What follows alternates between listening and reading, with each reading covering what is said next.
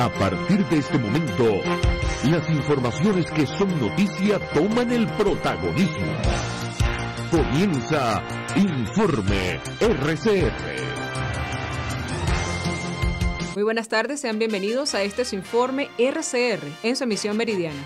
Trabajaremos para ustedes en la Gerencia General de la Estación, Jaime Mestares, en la Gerencia de Producción, Wilix Arcaya, en la coordinación y producción de este espacio, Génesis Rodríguez y Mario Villarreal. En los controles nos acompaña Gregorio González y frente al micrófono, quien tiene el inmenso placer de estar para todos ustedes, Helen Machado. Recuerden seguirnos a través de nuestras distintas plataformas digitales, en Twitter, @RCR750, en nuestra página web rcr750.com, la radio que se ve, y síganos también en nuestro canal en YouTube RCR750. De inmediato comenzamos. La coordinadora de investigación y docencia de la Fundación Bengoa, Marixa Landaeta, explicó que 20% de los embarazos en el país son de adolescentes, quienes durante la gestación se ven afectadas.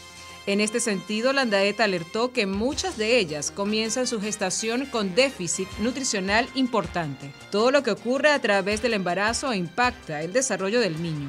Estos niños ya nacen con déficit de peso y en los primeros años del desarrollo de su vida no tienen un ambiente acorde para su crecimiento.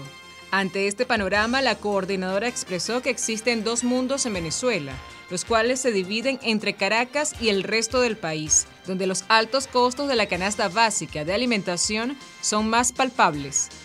En otras informaciones, la comunidad de Naranjales, en el estado Táchira, cumplió 5 años sin servicio de CanTV.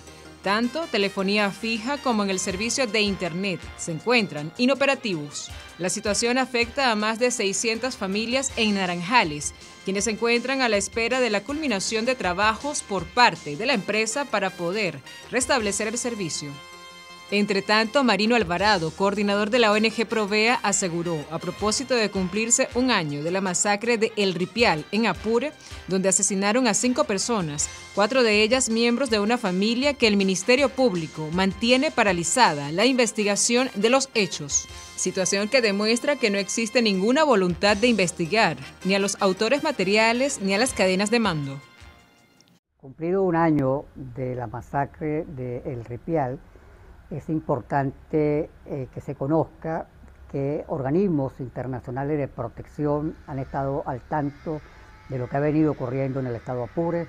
Hemos estado informando a la Misión de Determinación de Hechos de Naciones Unidas, igualmente la Oficina de la Alta Comisionada de Derechos Humanos, el personal que está aquí en Venezuela, a la Comisión Interamericana de Derechos Humanos. Nos preocupa que hay elementos que indican ninguna voluntad de investigar ni a los autores materiales ni a las cadenas de mando en la masacre del Ripial, donde fueron asesinadas 5 personas, 4 de ellas de una misma familia. Esto contradice totalmente el memorándum de entendimiento que suscribió el Estado venezolano con la Fiscalía de la Corte Penal Internacional, que obliga al Estado venezolano a realizar investigaciones genuinas en aquellas situaciones en las cuales se puedan presumir se han cometido crímenes de lesa humanidad. Las ejecuciones extrajudiciales están catalogadas como crímenes de lesa humanidad. Es obligación del Ministerio Público investigar no solo a los autores materiales del asesinato de estas 5 personas, sino también a la cadena de mando, y estamos hablando de la cadena de mando de la FAES, porque presuntamente fueron funcionarios de las Fuerzas de Acciones Especiales de la Policía Nacional Bolivariana quienes ejecutaron este asesinato, sino también a los oficiales de la Fuerza Armada que dirigían todos los operativos militares en ese momento. Pero también debe investigarse las denuncias que han hecho los detenidos de haber sido sometidos a tortura. Todas estas violaciones de derechos humanos no deben quedar en impunidad. En otras noticias, el Centro Internacional de Arreglo de Diferencias Relativas a Inversiones, CIADIT, del Banco Mundial falló en contra del régimen de Maduro por la expropiación de Agroisleña. El fallo, que fue emitido este miércoles 23 de marzo con motivo del proceso arbitral iniciado por el Grupo de Agroinsumos Iberoamericanos en julio de 2016, ordena a Venezuela pagar al Grupo Agroinsumos Iberoamericanos la suma de un total de $1.629.000. como compensación por su incumplimiento de acuerdo a España con Venezuela. El tribunal CIADIT determinó que la expropiación sin compensación por parte de Venezuela en octubre de 2010 constituyó una violación del acuerdo España-Venezuela. Adicionalmente, el tribunal CIADIT ordenó a Venezuela pagar una suma de $1.108.819.24 millones por costos del proceso y además $16.308.725 por gastos incurridos por el Grupo de Agroinsumos Iberoamericanos en la defensa de sus derechos. Por lo tanto, Nicolás Maduro anunció el regreso general a las aulas de clases en todos los niveles de la educación. Esto después de 2 años de pandemia, con lo que se pasó de la suspensión de actividades académicas a presenciales y pasa a la modalidad de virtuales y después a un sistema mixto. Vamos a normalizar las clases en todas las escuelas y liceos y además las universidades del país. Ahora vamos full clases, dijo Maduro desde la Unidad Educativa Nacional Francisco Pimentel, desde la ciudad de Caracas. Las clases en todas las escuelas y liceos del país y universidades. 100% clases en todos los turnos. Ya se acabó el experimento. La cosa salió bien. Nos vacunamos todos. Ahora vamos full clase. Full clase. Como piden los niños y niñas que quieren estar en clase todos los días, a toda hora, ¿verdad? Levanten la mano los que les gusta ir a clase. Levanten la mano los que no les gusta ir a clase. Son sinceras ellas dos. ¿Ves, Silita? Son sinceras. A ellas dos no les gusta. Bueno, fíjense ustedes. Vamos full clases ahora. Full clases. Vamos a normalizar las clases en todas las escuelas y liceos del país y universidades. 100% clases en todos los turnos. Entre tanto, las autoridades universitarias de la UCB expresaron su rechazo a las nuevas tablas del incremento salarial para el sector universitario, anunciado por la OCSU a través de su canal en Telegram. Todo instructivo salarial impuesto por el Ministerio del Poder Popular para la Educación Universitaria y la OCSU, cuyos montos no estén acordados por los criterios de las interescalas y reduzcan los porcentajes establecidos de primas u otros beneficios contemplados en la convención colectiva única del sector universitario, es violatoria de los derechos humanos, de la progresividad intangible e irrenunciable de los derechos y beneficios laborales del sector universitario, señala el comunicado. Por su parte, profesores y trabajadores de la universidad protestaron ante el incremento y además exigieron mejoras salariales.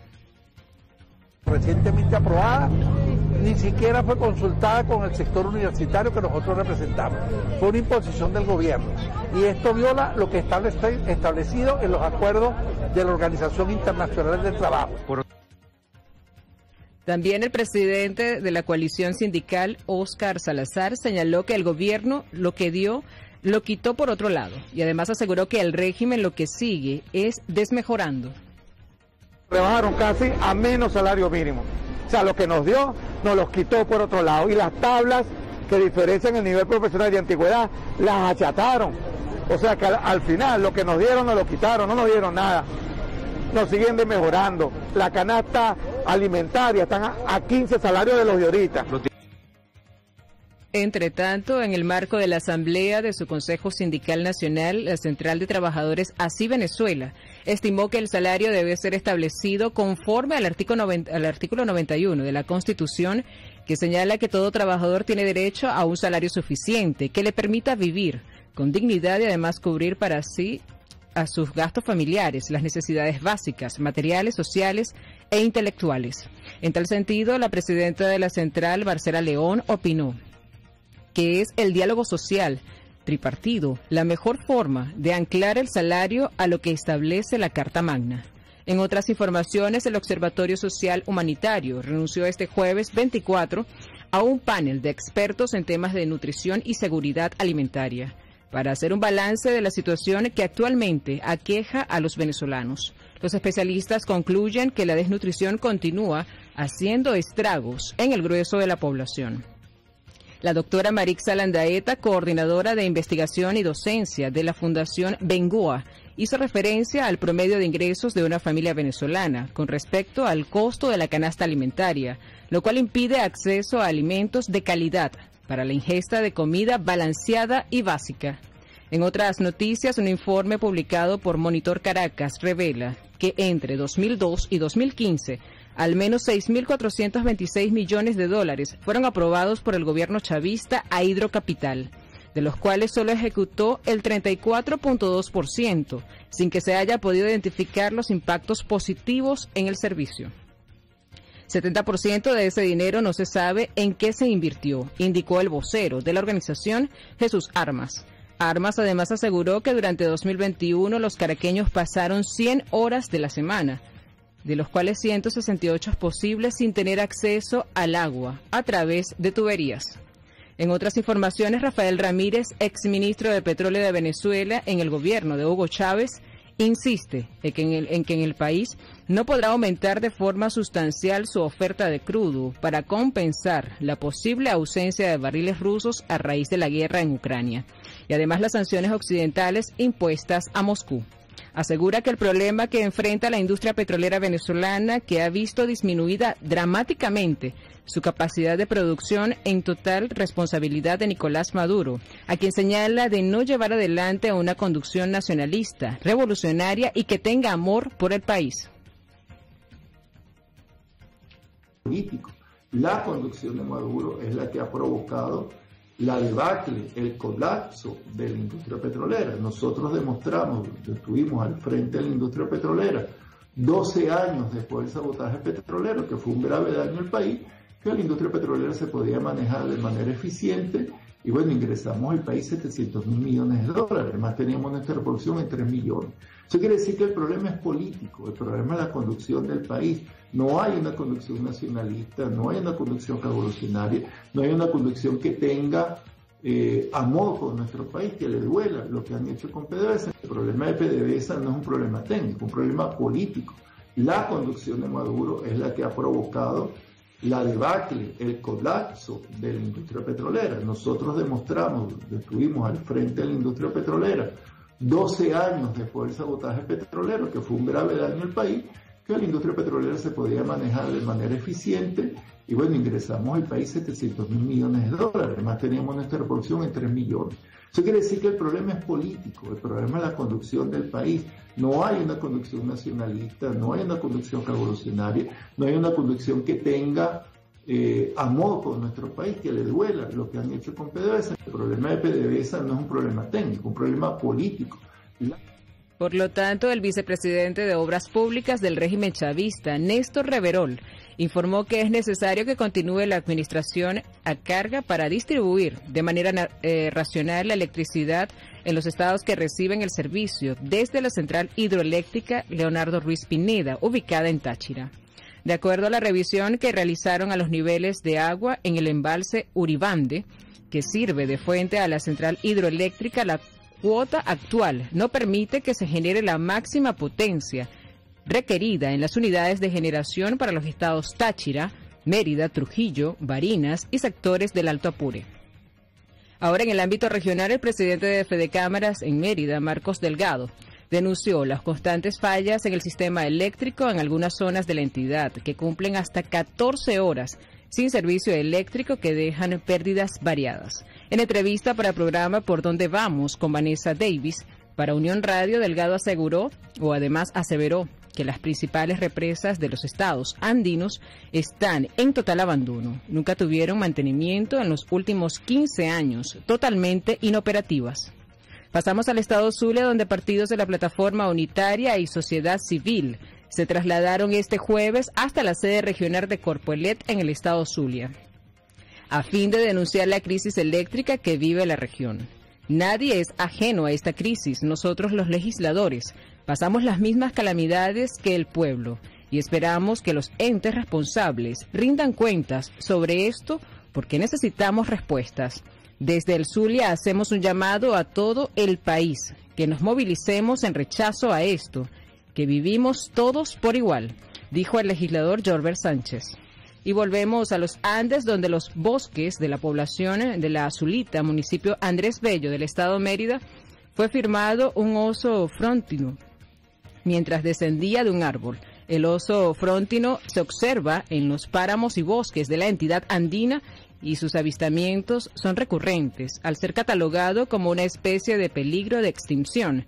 Las autoridades hacen un llamado para cuidar y además proteger su hábitat. La última vez que se reportó la presencia de un oso frontino en el estado fue el pasado 28 de octubre de 2021 en la localidad de Jajit, municipio Campo Elías. Y en el tema de COVID en Venezuela, sumó en las últimas 24 horas un total de 71 nuevos contagios de COVID-19, todos por transmisión comunitaria. Asimismo, una persona perdió la vida, lamentablemente, a causas asociadas al virus. La información la dio a conocer a través de su cuenta en Twitter, Delcy Rodríguez, quien además precisó que Mérida fue el estado donde se detectó el mayor número de nuevos casos comunitarios, 17 contagios activos en 5 de sus municipios, seguido por las entidades Caracas con 11, Cojedes 9 y Barinas 9. Y en materia económica, Chevron aclaró este jueves que aún operan bajo el marco de las sanciones petroleras que Estados Unidos mantiene sobre Venezuela, luego de que se rumorara que el presidente Joe Biden había autorizado a la empresa a trabajar con normalidad. Y con esta información de materia económica nos vamos a un corte publicitario y enseguida regresamos con más de su informe RCR.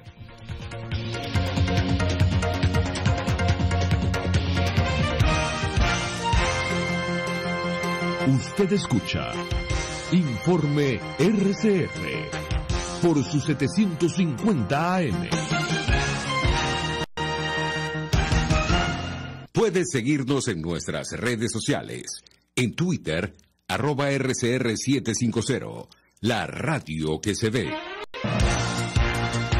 Les estamos presentando Informe RCR, el compacto informativo de esta hora, solo por RCR 750 AM.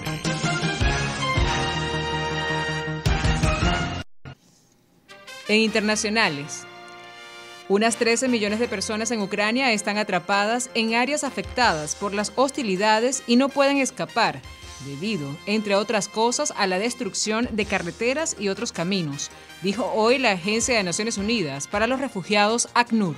Estas personas no pueden irse por la destrucción de las vías, bloqueos o por la falta de información sobre a dónde dirigirse para encontrar seguridad y ayudar, explicó en una videoconferencia desde Leópolis la representante de ACNUR en Ucrania, Carolina Lindholm. En otras noticias internacionales, el presidente de Turquía, Recep Tayyip Erdogan, hablará hoy viernes con su homólogo ucraniano Volodymyr Zelensky y este fin de semana con el líder ruso Vladimir Putin en sus esfuerzos de mediación para lograr una salida negociada a la guerra. Erdogan reveló a periodistas los próximos pasos en sus esfuerzos de mediación a bordo del avión que le llevó de vuelta a Ankara, después de asistir el jueves a la cumbre de la OTAN en Bruselas, según informa el diario Hürriyet. Y en los deportes, Suecia se jugará una plaza para Qatar 2022 contra Polonia el próximo martes, después de derrotar con sufrimiento a la República Checa en la prórroga, con un gol de Robin Quaison en una de las semifinales de la repesca europea. En un encuentro movido e igualado, pero sin grandes oportunidades, Suecia hizo valer su condición de local y su superioridad en la prórroga para dar un paso más hacia el Mundial. Y así finalizamos este compacto informativo, emisión meridiana. Los invitamos para que sigan con más de la programación de su RCR.